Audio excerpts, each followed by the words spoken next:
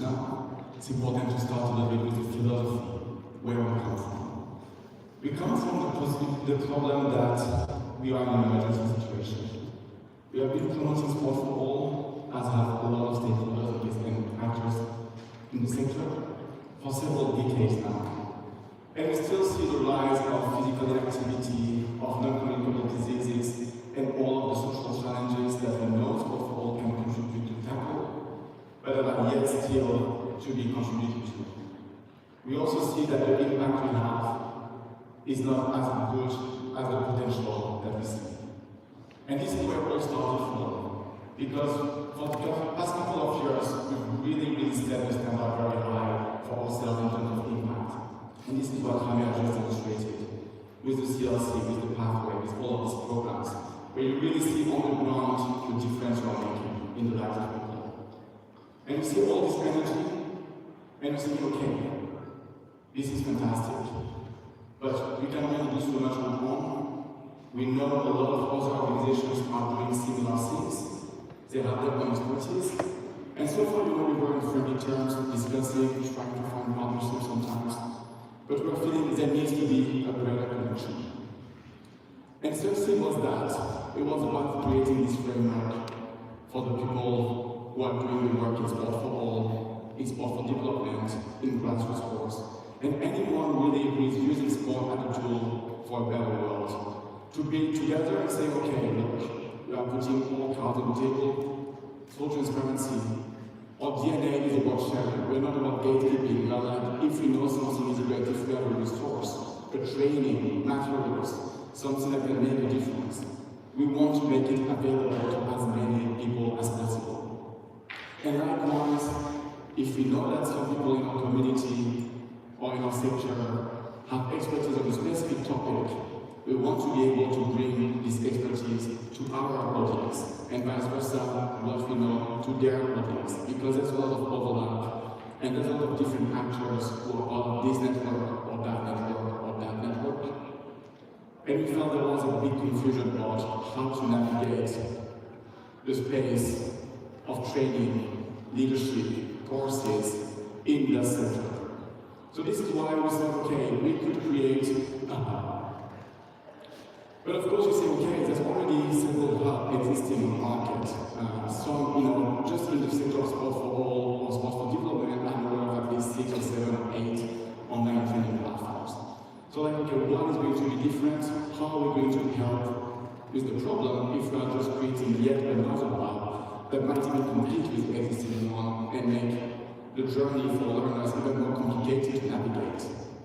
So it's okay, let's take a step back, and maybe the first thing we can do is talk with also these other hubs, with also these other trainers, providers, etc., and see how we can bridge to that, how we can connect and collaborate.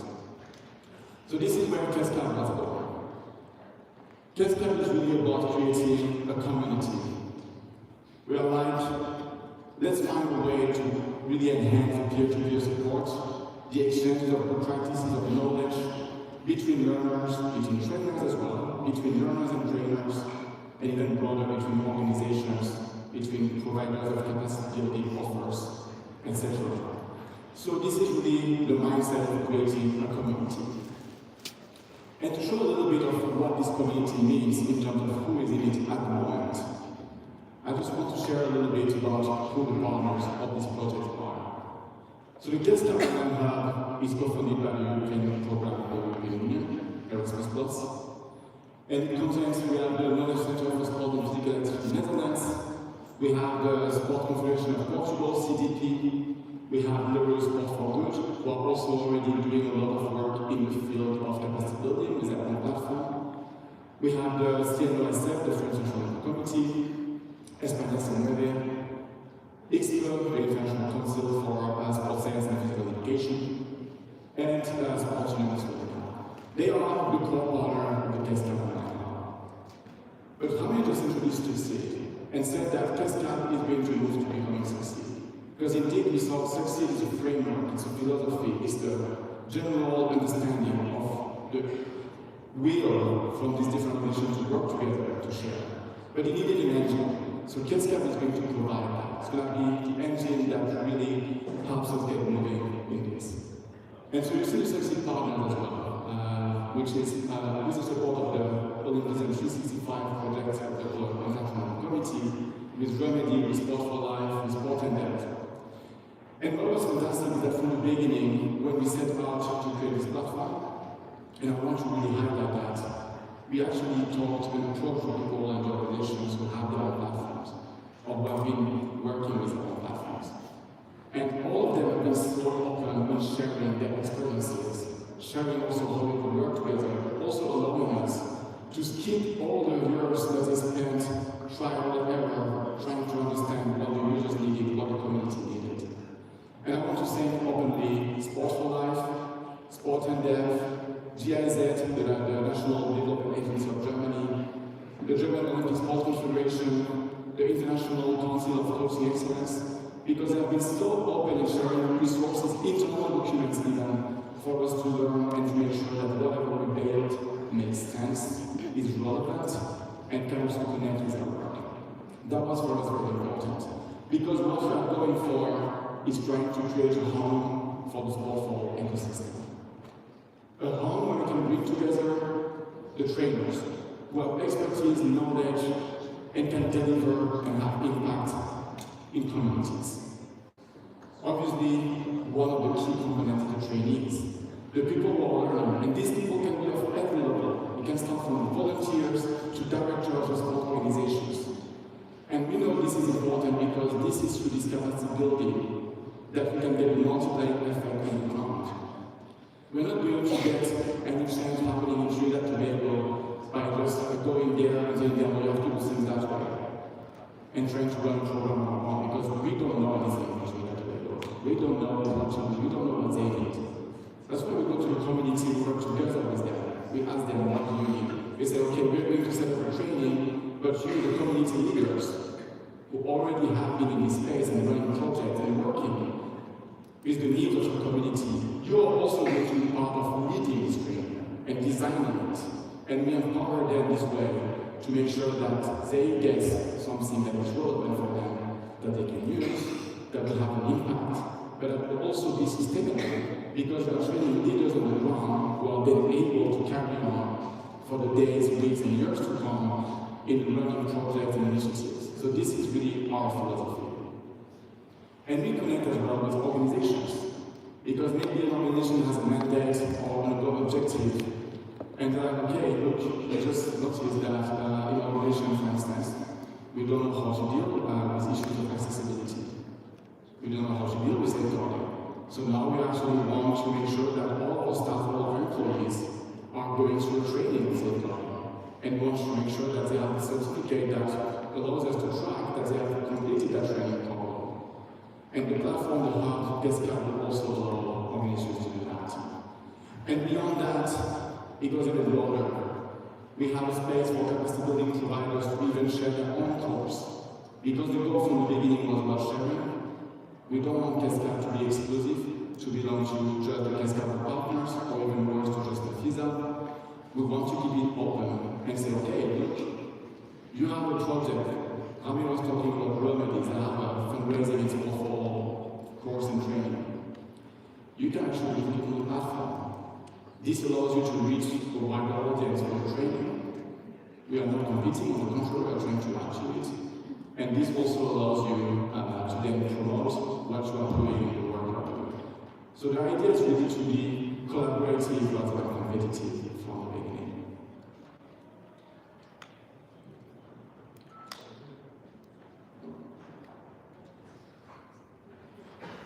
Now, I've been talking a lot about the philosophy, the general idea, but just to wonder, okay, what is KESCAB? What does it do concretely? So what do people who join KESCAB? It will be open for everyone to join. Everyone virtually will invite you to join at the end of the session. They can join webinars and training programs. They can share resources, curriculum, best practices, ideas. They can access event calendars, have notifications, learn about the next event or the next program or training that is relevant to them. And they can also build peer-to-peer connections worldwide. And what this means in practice is that if we take the example of a webinar, we host the mission consortium webinars every 2 months, 1 and a half. 300-400 people registering every single time from 80 countries. Amazing energy. People are so active and reactive, and they're engaging with questions. They want to share the project they're doing. They want to learn from each other. It's like, okay, let's keep the conversation going. 1 hour and a half. The webinar is over. We share the video replay, we share the information, and we stop. That's very frustrating. Because so many people are okay, we want to continue this. Now, we will have a space where even before the webinar, people will be able to join and to really share questions or things they want to share. Maybe they have some questions that want the panelists and the speakers to address in the webinar. Maybe they want to also add resources that they believe will be relevant to the content. And after the webinar, the conversation continues. You have an open space where all the people who gathered because they were united by this common interest in the topic will be able to continue the conversation, share more resources and ideas, maybe share a project they implemented as a result of being inspired, and maybe even start working together on a new project. So this is a revolution because suddenly it means that all this energy that should get up to the climax during an event, it does not immediately dissipate once the event is over. You manage to keep it, to feed it into the momentary, into the engine of the sport for all movement. Just an example of how this is really built for collaboration. And I'm going to go a bit fast now because it's going to be about all the features and technical capabilities of the hub. So we have all of these spaces, online courses, webinars, community and group collaboration, meaning that you have spaces where people who are in the same course or in the same event can interact with each other, they can exchange, they can share what they're doing, and they can add resources to a resource library that is connected to that topic. And the great thing is that even if you're not in that space, but of course if you have a library of all resources, you can check for resources connected to that certain quality, and then suddenly you have access to a list of websites, documents, research materials, etc. So this is like a game changer because now you have a space where you can identify what you need, what matches the expectations of your organizations or the current situation, and really find the resources to be able to learn and to grow and to develop your skill sets.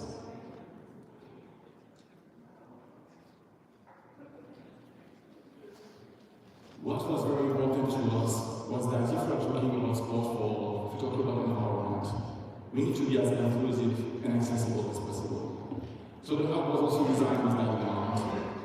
It's got a lot of accessibility features, and you will all be able to experience them for yourself when you connect. But we've also saying that if we want real impact, we cannot continue to just do things in English. English is common language for a lot of us, also for the whole Congress it has been so far. And let's put it that way, it works because it's maybe the least bad solution. But we know in a lot of countries, there is no reach, especially to the communities on the ground, if you're just coming in English.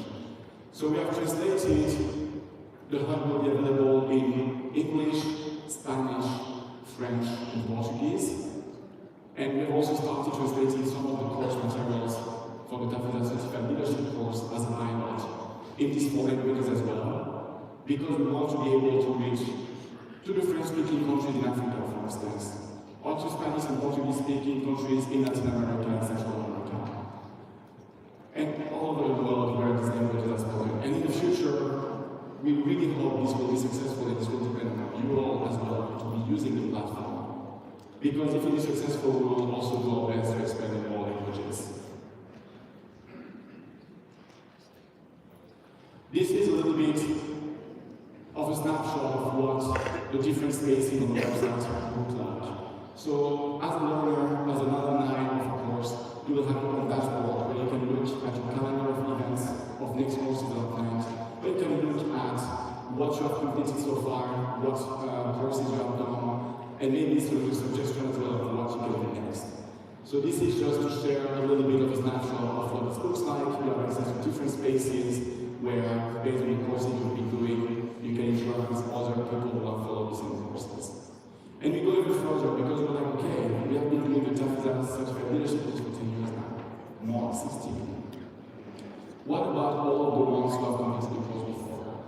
We thought, well, imagine if they could have a space where they could all be together share their experience, share how they've been using the CLC over the last decade, share how they've implemented projects, and learn from each other. And suddenly we're going to have people from Trinidad and Tobago who have implemented this community project, able to exchange with people in Botswana, people in Fiji, people in Romania, people everywhere who have run and who have followed the CLC.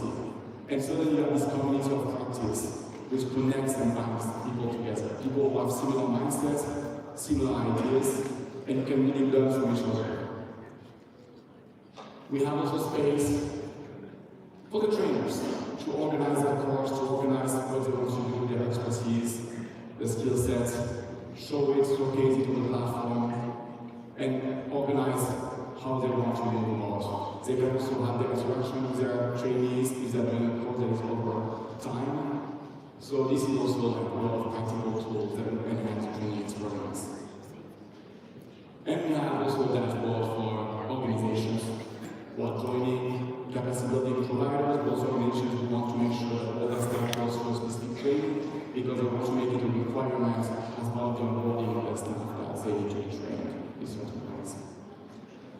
So now, rather than keep talking about it, I can keep talking for hours, but essentially no one wants that. I want to introduce actually to have a short talk with some of the people that this hub is built for. And when I say some of the people, actually this is all of you, because we believe that this hub is designed for every case that we have in the room, whether you're an organization, a trainer, a trainee, providing capacity building, or wanting it, or just wanting to collaborate or know more, we believe that is the best for you. So I'd like to start with capacity building training providers, and I would like to call TAFISA board member Richard Wave to come to join me, please. Please give him a round of applause.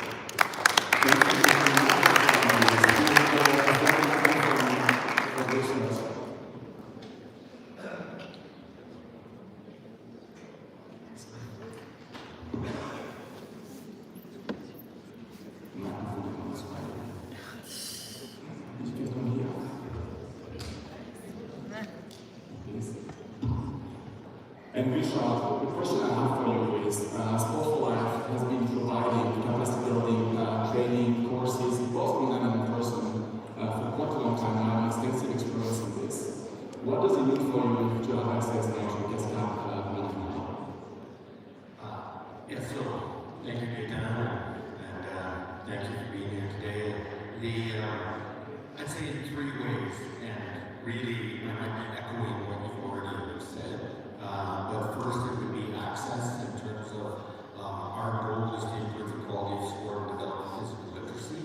And our access is in 2 languages, French and English, and also within our network. Our network is primarily Canada, although we do go beyond that. And so, coming into the KESCAB Hub, we now have this access really to the world that TAFISA provides. So I would say one is access.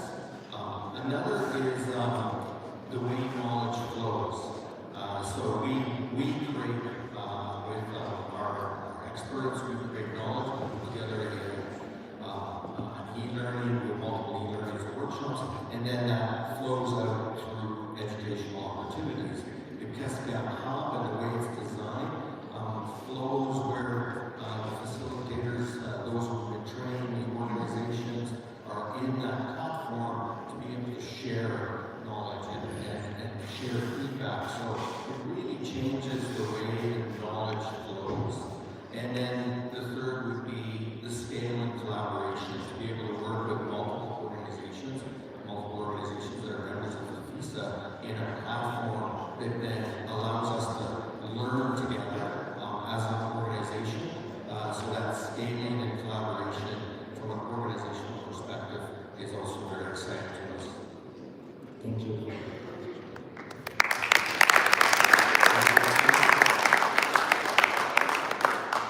I would also like to introduce the perspective of trainers. And so I would like to introduce to the stage Ms. Katano Guadia, who has been a trainer for the Girls Safe and Positive Coaching Pathway.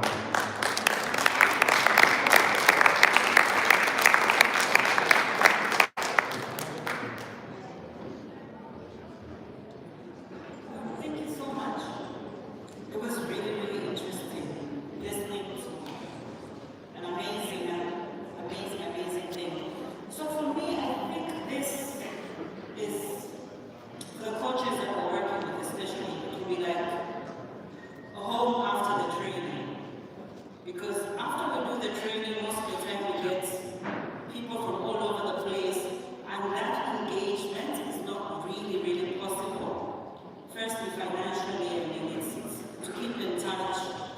But this, I think, allows a platform where, apart from them getting critical information, to keep building themselves up, referring to the materials that we use during the training. They'll also communicate with each other. If you have a cohort that trains with you and you can still interact with them, because some of the challenges they're having are very similar. And sometimes it's nice to learn from what somebody else has experienced so that you don't experience it yourself. So if this platform then allows for that kind of interaction, I think you feel safe, you feel at home, you can go to people that went through the same training with you and you tell them, ask them, these are some of the issues I'm facing, how am I dealing with them? And then you can share responses and experiences through this platform. I think it's brilliant. But of course also, I think it allows me then, if I'm thinking of people that I'm going to train later, to expose them to this so that they already get information prior to training. So they see that actually it's a platform that they can go back to and get information. I mean, we still support for all through such a platform because it's amazing to hear the stories, what is happening, or I can actually find this information. I don't have to go looking for it. It's available here, and it's all in one space. Internet issues where I'm coming from is a big thing, but if I can go to one site where everything is in one place, what could be better than that?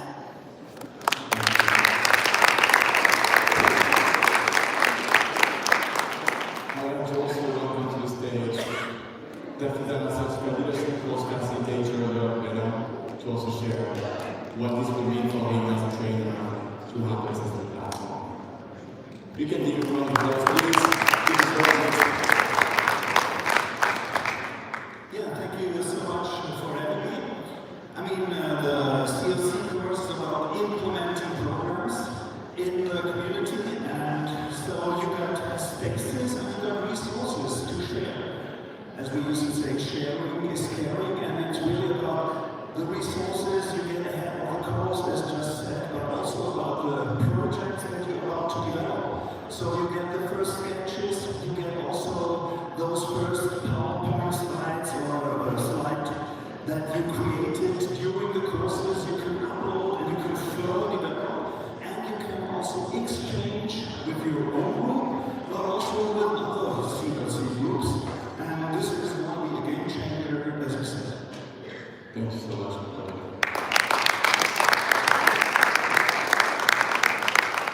The last group of people that I want to be represented, maybe the most important, the trainees. I would like to welcome to the stage ICSSPE from the TAFISA REACH program, the Erasmus Task Force, who are going to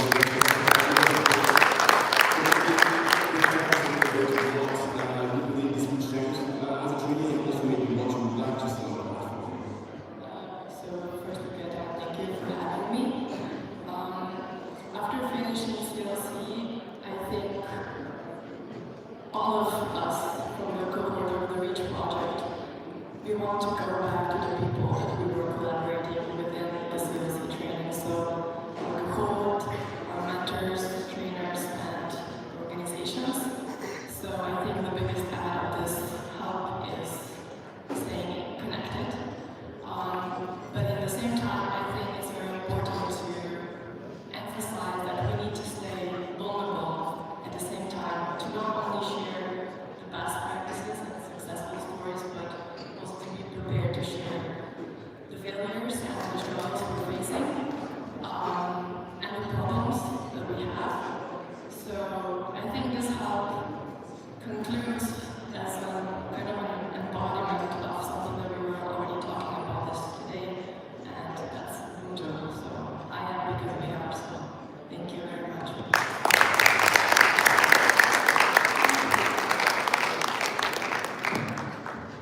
Thank you for the different representatives of the different groups and which are the platform for sharing a little bit more. And to conclude, I would like to invite you all to connect to the hub. I want to share that this has been a journey, but the journey is far from over now yet. So please connect to the hub, create your account, and you will very soon have access. We will share the next webinar information consortium. We will fast upload some of the courses and the training that we are doing, some other initiatives. And even for initiatives that are trainings in person, the hub will be used in the future to also support with course and training materials for space for the different cohorts to interact, for really enhancing the experience and creating this community where we can all share. So maybe we can leave this language screen for a couple of minutes so that we can all connect, create your account, and be part of the KESCAB Online Hub. Thank you.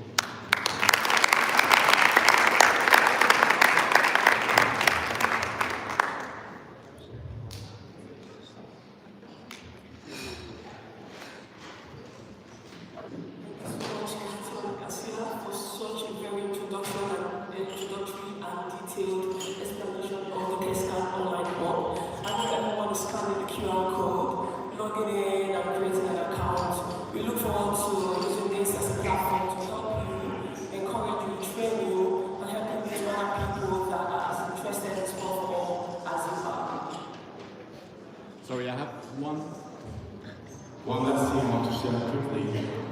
The hub will be possible without the work of an agency from Canada that has been working so hard in creating all these features. And I just want to ask